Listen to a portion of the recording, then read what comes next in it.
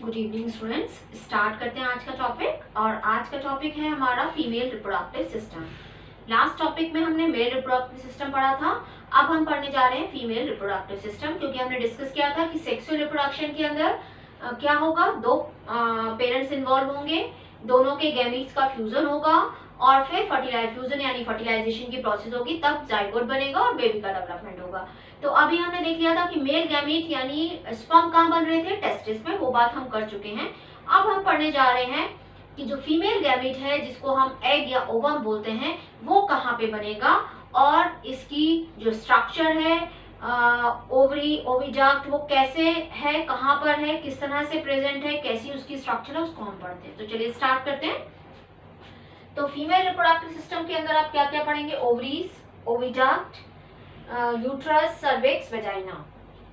अगर पहले मैं आपको इनकी स्ट्रक्चर बता देती हूँ और बनाना बता देती हूँ कि बनाना बहुत इजी है, कोई मुश्किल नहीं है, और इसका डायग्राम बनाने के लिए भी आ जाता है, चाहे वो मेल रिप्रोडक्टिव का है चाहे फीमेल का है। तो साथ में पहले समझाऊंगी, उसके बाद मैं इसके नोट्स भी आपको दे दूंगी, ठीक है। तो इस तरह की स्ट्रक्चर है, देखिए इजीली आप बना सकते हैं, इसमें कोई प्रॉब्लम नहीं है बनाने में। इस तरह से एक पीयर शेप जैसे नाशपाती का होता है, उस तरह से आप ये बनाएंगे। और यहाँ पर ये बोतल की तरह की ओपनिंग, ठीक है, इस तरह।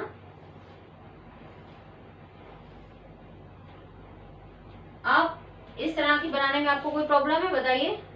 ये पीयर शेप जैसे इन्वर्टेड पीयर शेप की तरह का होता है यूट्रस, नाशपाती की तरह का, उल्टा नाशपाती जैसे बना दे। और यहाँ पर हम बनाएंगे, क्योंकि हमें फेलोपियन ट्यूब बनानी है, तो पहले वो पतली होती है, फिर वो ब्रॉड हो जाती है, ब्रॉड होके फनल शेप, इस तरह से उसमें फिंगर लाइक प्रोजेक्शंस होती हैं, जहां पर ये ओवरी के साथ अटैच, ऐसे ओवरी के ऊपर होती है। ऐसे ही यहाँ पर होगा, पहले पतली होती है जैसे सींग की तरह से, फिर ब्रॉड होती है। तो यहाँ पर मेरा एक ही बना पाए मैं यहाँ पे, तो दूसरी तरफ भी इसी तरह से बनेगा जैसे यहाँ पर बना है, ठीक है, फिम्बरी होंगी। अब ये क्या है, इनका क्या फंक्शन है, वो भी अभी हम डिस्कस करेंगे। यूट्रस बहुत थिक होता है, थिक लाइनिंग होती है, क्योंकि उसको फर्टिलाइज्ड एग को रिसीव करना होता है, इसलिए। तो पहले हम बात करते हैं ओवरी। ये जो ओवरी है, ये कहाँ पर प्रेजेंट है? एक पेयर ओवरी होती है, जो कहाँ पर प्रेजेंट होती है? एब्डोमिनल कैविटी में। एब्डोमिनल कैविटी आपको सबको पता है ना, डायफ्राम से ऊपर वाला पार्ट थोरेसिक होता है और डायफ्राम से नीचे वाला एब्डोमिनल कैविटी होती है। तो वहां पर प्रेजेंट होती है ये एक पेयर ओवरी होता है। और इस ओवरी के अंदर जब बेबी एम्ब्रियोनिक स्टेज में होती है, यानी खुद डेवलप कर रही होती है, मदर की बॉडी में होती है, एम्ब्रियोनिक स्टेज में होती है, तभी उसके अंदर इमेच्योर एग्स होते हैं ओवरी के अंदर, जिनको हम फॉलिकल्स बोलते हैं। वो इमेच्योर एग इस ओवरी के अंदर प्रेजेंट होते हैं, जो लैक्स में होते हैं, और बाद में कितने बचते हैं? 60,000 टू 80,000 के करीब बच जाते हैं जो इमेच्योर होते हैं। और मैच्योर कब होंगे? जब बेबी, जब गर्ल चाइल्ड जो है वो प्यूबरिटी पे पहुंचेगी, तब ये जो है वो मैच्योर होंगे। और फॉलिकल्स जो है, जो इमेच्योर फॉलिकल्स हैं, जिनको हम बोल रहे हैं इमेच्योर एग, वो मैच्योर होंगे जब बेबी खुद प्यूबरिटी पे पहुंचेगी, तब हार्मोन्स रिलीज होंगे जो इसके मैच्योरेशन के लिए चाहिए होते हैं, जो इमेच्योर फॉलिकल को मैच्योर फॉलिकल में कन्वर्ट करेंगे, जिससे ओव्यूलेशन होगा, यानी ओवर रिलीज होगा। अब यहाँ पर क्या होता है कि वहां हमने देखा था कि मिलियंस में स्पर्म प्रोड्यूस हो रहे हैं टेस्टिस में, पर यहाँ पर ऑल्टरनेट एक बार एक मंथ में एक ही ओवर रिलीज होता है। इस बार अगर इस ओवरी से हो रहा है तो नेक्स्ट टाइम इस ओवरी से होगा। तो ओवरी से एक टाइम पर एक ही ओवर रिलीज होता है ऑल्टरनेट, एक बार राइट ओवरी से तो नेक्स्ट मंथ लेफ्ट से, इस तरह से वो रिलीज होता है और ऑल्टरनेट होता है, ठीक है। अब ये तो हो गई ओवरी की बात कि एक पेयर ओवरी है और ये इसके अंदर इमेच्योर एग्स, या जिनको आप फॉलिकल्स बोलते हैं, वो होते हैं। 60,000 से 80,000 के करीब बचते हैं, जो मैच्योर कब होंगे? जब फीमेल जो हार्मोन्स हैं, जैसे एस्ट्रोजन है और भी कई सारे हार्मोन्स होते हैं, वो क्या करते हैं, ये इसको मैच्योरेशन में, फॉलिकल स्टिमुलेटिंग हार्मोन होते हैं, ल्यूटिनाइजिंग हार्मोन होते हैं, तो काफी सारे हार्मोन्स होते हैं जो इनको मैच्योर कराते हैं और प्यूबरिटी पे जब पहुंचती है तो उसी टाइम पर ये मैच्योर होकर उनमें ओव्यूलेशन होता है। Ovulation means releasing of ovum, और वो ओवा रिलीज होता है, तो एक बार इस ओवरी से और एक बार इस ओवरी से। अब ये हो गया ओविडक्ट और फैलोपियन ट्यूब, तो ये तो हो गई ओवरी, ठीक है। ये है ओविडक्ट या फैलोपियन ट्यूब, इसको आप बोल सकते हैं ओविडक्ट या फैलोपियन ट्यूब। अब इसका क्या रोल है, इसके भी 3 पार्ट्स होते हैं, बट तुम्हारे सिलेबस में इतना नहीं है, तुम्हें बस ये नाम ध्यान रखना है, ओविडक्ट और फैलोपियन ट्यूब। यहाँ पर ये फिंगर लाइक प्रोजेक्शंस हैं जिनको बोलते हैं फिमरी, और ये क्या काम है, जैसे आपने अक्सर पढ़ा है कि जहां फिंगर लाइक प्रोजेक्शन होती है वो किसी चीज को सरफेस एरिया इंक्रीज करने के लिए, किसी को ऑब्जॉर्ब करने के लिए, किसी को पकड़ने के लिए होती है। तो यहाँ पर ये ओवा को पकड़ने के लिए होती है। जब यहाँ से ओवा रिलीज होता है तो ये फिमरी उसको पकड़ लेती है। जैसे एक मंथ वैसे तो शांत रहती है, पर जिस मंथ जिस ओवरी से ओवा रिलीज होना होता है वहां की फिमरी क्या होती है, एक्टिव हो जाती है इसको ओवा को पकड़ने के लिए, क्योंकि ओवा तो नॉन मोटाइल है, ओवा मोटाइल नहीं है, तो ओवा को पकड़ने के लिए ये एक्टिव हो जाती है, और जैसे ही ओवा यहाँ से रिलीज होता है फिमरी उसको पकड़ लेती है। तो जिस साइड की ओवरी से ओवा रिलीज होना होता है वहां की फिमरी एक्टिव हो जाती है और ये उसको पकड़ लेती है फटाक से। अब यहाँ से यहाँ पर ओवा कैसे पहुंचेगा, क्योंकि ओवा तो नॉन मोटाइल है, ओवा तो नहीं चल के जा सकता, तो यहाँ तो इसने पकड़ लिया। अब यहाँ से यहाँ पर कैसे पहुंचेगा, यहाँ पर जाके जो फर्टिलाइजेशन होना है, क्योंकि स्पर्म यहाँ से एंटर करेगा, यहाँ पहुंचेगा, यहाँ जाके जब इसका ये ओवा है इसको यहाँ पे पहुंचना है, और यहाँ पे पहुंचना है तो इसका कैसे जाएगा, तो यहाँ पर क्या होता है, यहाँ पर हम बात करते हैं, यहाँ पर एपिथेलियल सेल्स होती हैं जिनमें सीलिया प्रेजेंट होते हैं, और ये जो सीलिया है कॉलमनर एपिथेलियल सेल्स होती हैं सिलिएटेड। जो सीलिया होता है ये उसको आपने पढ़ा होगा कि कॉलमनर सिलिएटेड जो सेल्स हैं वो क्या करती हैं, ओवा को पकड़ने का काम करती है। तो यहाँ से ये सीलिया मूव करता है, मूव करता करता इसको यहाँ पहुंचा देता है, और यहाँ पर आके ये वेट करता है किसका, स्पर्म का। तो स्पर्म कहाँ से एंटर करेगा, यहाँ वेजाइना से होता हुआ, यहाँ से वेजाइना से सर्विक्स से होता हुआ, यूट्रस से होता हुआ यहाँ पर एंटर करेगा, और फर्टिलाइजेशन की प्रोसेस यहाँ पर होती है फैलोपियन ट्यूब में या ओविडक्ट के अंदर, ठीक है। तो फैलोपियन ट्यूब और ओविडक्ट का क्या फंक्शन है, इसमें क्वेश्चन आ जाता है। तो फर्टिलाइजेशन की प्रोसेस कहाँ होती है, फैलोपियन ट्यूब में। अब आ जाते हैं हम यूट्रस पे। तो यूट्रस जो है वो इन्वर्टेड पियर शेप स्ट्रक्चर होती है, और इसके अंदर बहुत थिक लाइनिंग होती है। क्यों थिक लाइनिंग होती है, क्योंकि इसको क्या रिसीव करना होता है, फर्टिलाइज्ड एग। अगर फर्टिलाइजेशन की प्रोसेस हो जाती है तो इसको 9 मंथ्स तक बेबी को रखना है अपने पास, तो 9 मंथ्स तक उसको अपना बेबी को रखना है, इसलिए ये काफी थिक होती है। 3 लेयर होती है इसकी भी, बाहर की पेरीमीट्रियम, फिर मायोमीट्रियम और फिर एंडोमीट्रियम। मायोमीट्रियम जो स्मूथ मसल्स की होती है, यानी जो अपने आप जिनमें कॉन्ट्रैक्शन रिलैक्सेशन होता है, यानी बेबी जब स्मूथ मसल्स आपने पढ़ी है ना जो इनवॉलेंट्री जो अपने आप काम करती हैं, तो वो किस लिए जरूरी है, ताकि इसको बेबी को यहाँ से यहाँ पहुंचाना है और बाहर निकालना है जब बेबी डेवलप हो जाएगा। इसके बाद अंदर की तरफ भी जो है वो एंडोमीट्रियम होती है जो बनती रहती है और टूटती रहती है मेंस्ट्रुएशन के टाइम पर, अगर फर्टिलाइजेशन नहीं होता। तो ये सबसे अंदर वाली लेयर आप याद रख लीजिए, ये है एंडोमीट्रियम। एंडोमीट्रियम ये यूट्रस के अंदर की लाइनिंग है जो बहुत थिक होती है। किससे बहुत थिक हो जाती है ये, ताकि अगर फर्टिलाइजेशन हो गया है तो ये फर्टिलाइज्ड एग को रिसीव कर ले यहाँ पर 9 मंथ्स तक, ठीक है। तो ये एंडोमीट्रियम यानी यूट्रस की सॉरी अंदर वाली लाइनिंग है। 3 लाइनिंग है, पैरी मतलब बाहर की तरफ, पैरी पैरी अलग अलग समझ लो, बाहर बिल्कुल परे। फिर मायो, मायो मीन्स मसल्स, तो बहुत ज्यादा क्योंकि उसी के कॉन्ट्रैक्शन रिलैक्सेशन होता है ताकि बेबी यहाँ से यहाँ जाए। उसके बाद एंडोमीट्रियम, ये एंडोमीट्रियम बनती रहती है, टूटती रहती है। अगर फर्टिलाइजेशन नहीं होता है तो इसी एंडोमीट्रियम का इसके ऊपर ब्लड वेसल्स भी आती है, उनका ब्रेक डाउन होता है और वो ब्लीडिंग के फॉर्म में यहाँ से रिलीज होता है।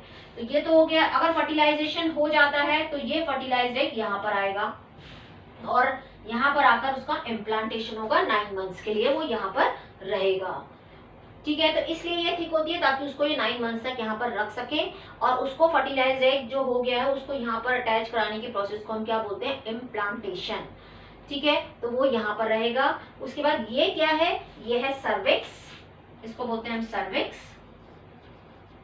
सर्विक्स, और ये है वेजाइना।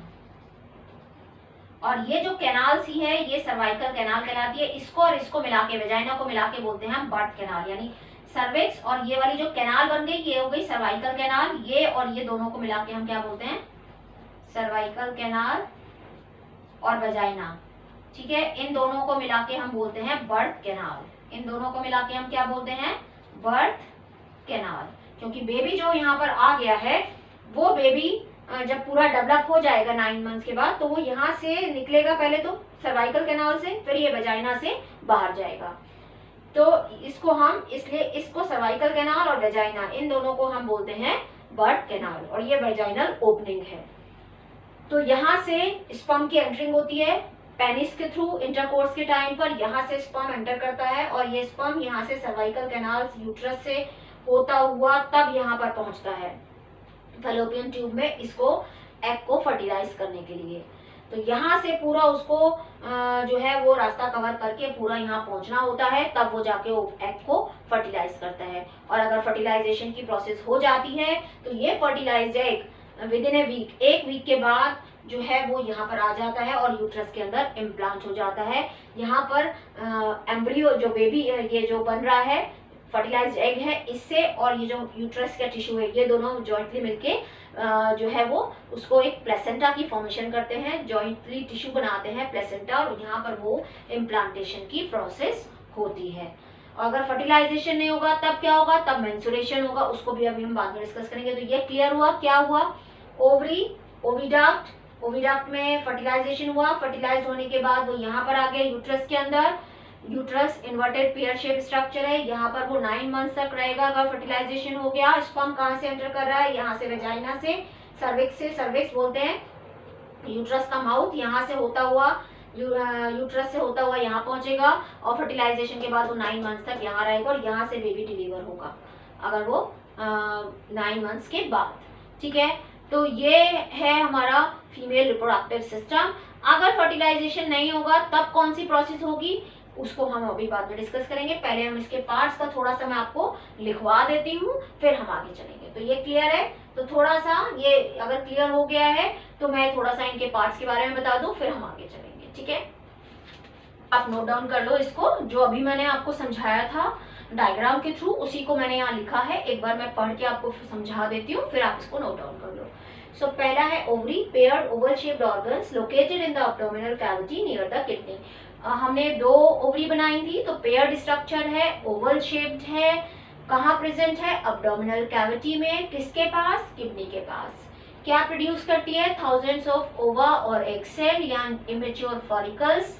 कब होते बनते हैं ये, जब बेबी एम्ब्रियोनिक स्टेज में होती है। एम्ब्रियोनिक स्टेज में मीन्स अभी डेवलप नहीं होती है, अभी अपनी मदर के यूट्रस में होती है, एम्ब्रियोनिक स्टेज में होती है, तभी उसकी ओवरी के अंदर इमेच्योर एग बन जाते हैं और ये लैक्स में होते हैं। बट जब वो बाद में कितने बचते हैं, 60,000 से 80,000 के करीब बचते हैं जो कि इमेच्योर ही रहते हैं, और जब वो प्यूबरिटी पे पहुंचती है तब वो मैच्योर होते हैं फॉलिकल्स, और फिर उनमें से ओवा रिलीज होता है। Secrete female sex hormones like oestrogen and progesterone, और ये सब कब क्यों हो पाता है, हार्मोन्स की वजह से, जो इमेच्योर फॉलिकल्स का मैच्योर फॉलिकल में ट्रांसफर होना और मैच्योर फॉलिकल से ओवा का रिलीज होना, ये सारी प्रोसेस हार्मोन्स की वजह से होती है। इसमें काफी सारे हार्मोन्स इन्वॉल्व होते हैं, बट आपको 2 ही हार्मोन के नाम याद रखने हैं, एस्ट्रोजन एंड प्रोजेस्टेरोन। एस्ट्रोजन जिसको हम फीमेल सेक्स हार्मोन बोलते हैं, जो फीमेल के अंदर सेकेंडरी सेक्सुअल कैरेक्टर के लिए रिस्पॉन्सिबल है, और प्रोजेस्टेरोन को पी से रिलेट कर लीजिए, ये प्रेगनेंसी हार्मोन है जो प्रेगनेंसी को मेंटेन करने के लिए चाहिए होता है। फिर आता है oviduct of fallopian tube. It has a funnel shaped opening near the ovary. Ovary के बाद बताया था मैंने, इसके भी 3 पार्ट्स होते हैं, बस आपको एक ही नाम खाली ओविडक्ट ही याद रखना, उसके पार्ट्स नहीं है आपके सिलेबस में। तो वहां पर एक फिंगर लाइक प्रोजेक्शन, मैंने उसका नाम आपको बता दिया था फिम्बरी, कि वो जिस ओवरी में से एग रिलीज होना होता है वहां की फिम्बरी एक्टिव हो जाती है, जो फिंगर लाइक प्रोजेक्शन थी एग को पकड़ने के लिए, और वहां से फिर ये पहले ओविडक्ट में लेके जाएगी जहां फर्टिलाइजेशन होगा। कैसे जाएगा वो भी मैंने आपको बताया था, क्योंकि सिलिएटेड एपिथेलियम वहां प्रेजेंट होती है, वो सीलिया मूव करके उसको पहले ओविडक्ट में लेके जाते हैं जहां फर्टिलाइजेशन होगा। उसके बाद फिर इसको जब फर्टिलाइज हो गया है एग, तो इसको यूट्रस में ट्रांसफर करेंगे। So carries over egg from ovary to the uterus. It is the site of fertilization. कौन सी साइट है फर्टिलाइजेशन की? Oviduct. These open into the uterus from both the side. दोनों साइड की जो ओवरी है वो किसमें जो दोनों साइड की ओविडक्ट है वो किसमें ओपन होती है? यूट्रस के अंदर. यूट्रस या वॉर्म जिसको बोलते हैं, hollow pear shape bag like structure. Here the growth and development of foetus takes place. यानी अगर फर्टिलाइजेशन हो गया है तो 1 हफ्ते के अंदर ही जो फर्टिलाइज्ड एग है वो यूट्रस के अंदर इम्प्लांट होगा. वहां पर उसका 9 मंथ्स तक बेबी का डेवलपमेंट होगा. तो इसलिए वो यूट्रस पूरी थिक हो जाती है उसको 9 मंथ्स तक वहां पर रखने के लिए. Cervix, it is the lower and narrow portion of the uterus, जिसको यूट्रस का माउथ भी बोलते हैं. विच ओपन्स इनटू द वेजाइना. वो वेजाइना के अंदर ओपन होता है. तो सर्विक्स की जो कैनाल है वो और वेजाइना दोनों को मिला के बोलते हैं बर्थ कैनाल, जहां से बेबी डिलीवर होता है. Receive the sperm. Vagina receive the sperm from the male partner. Vagina का काम है मेल के थ्रू जो स्पर्म्स आते हैं उनको रिसीव करना, पेनिस के थ्रू इंटरकोर्स के टाइम पर, और वहां से फिर ये यूट्रस से होता हुआ ओविडक्ट में पहुंचता है फर्टिलाइजेशन के लिए. और बेबी की जो डिलीवरी होती है वो भी सर्विक्स यानी सर्विक्स का जो कैनाल है, सर्वाइकल कैनाल और वेजाइना दोनों से मिलकर बनती है बर्थ कैनाल. वहां से बेबी डिलीवर होता है 9 मंथ्स के बाद. तो ये आपने पढ़ा अभी फीमेल रिप्रोडक्टिव सिस्टम. अब फर्टिलाइजेशन हो गया है तो यूट्रस के अंदर इम्प्लांटेशन कैसे होगा, वहां पे क्या क्या चेंजेस आएंगे फर्टिलाइजेशन के बाद, उसको हम नेक्स्ट पार्ट में पढ़ेंगे. अभी आप इसको नोट डाउन कर लीजिए और इतना रिवाइज कर लीजिए. Thank you. Thanks for watching.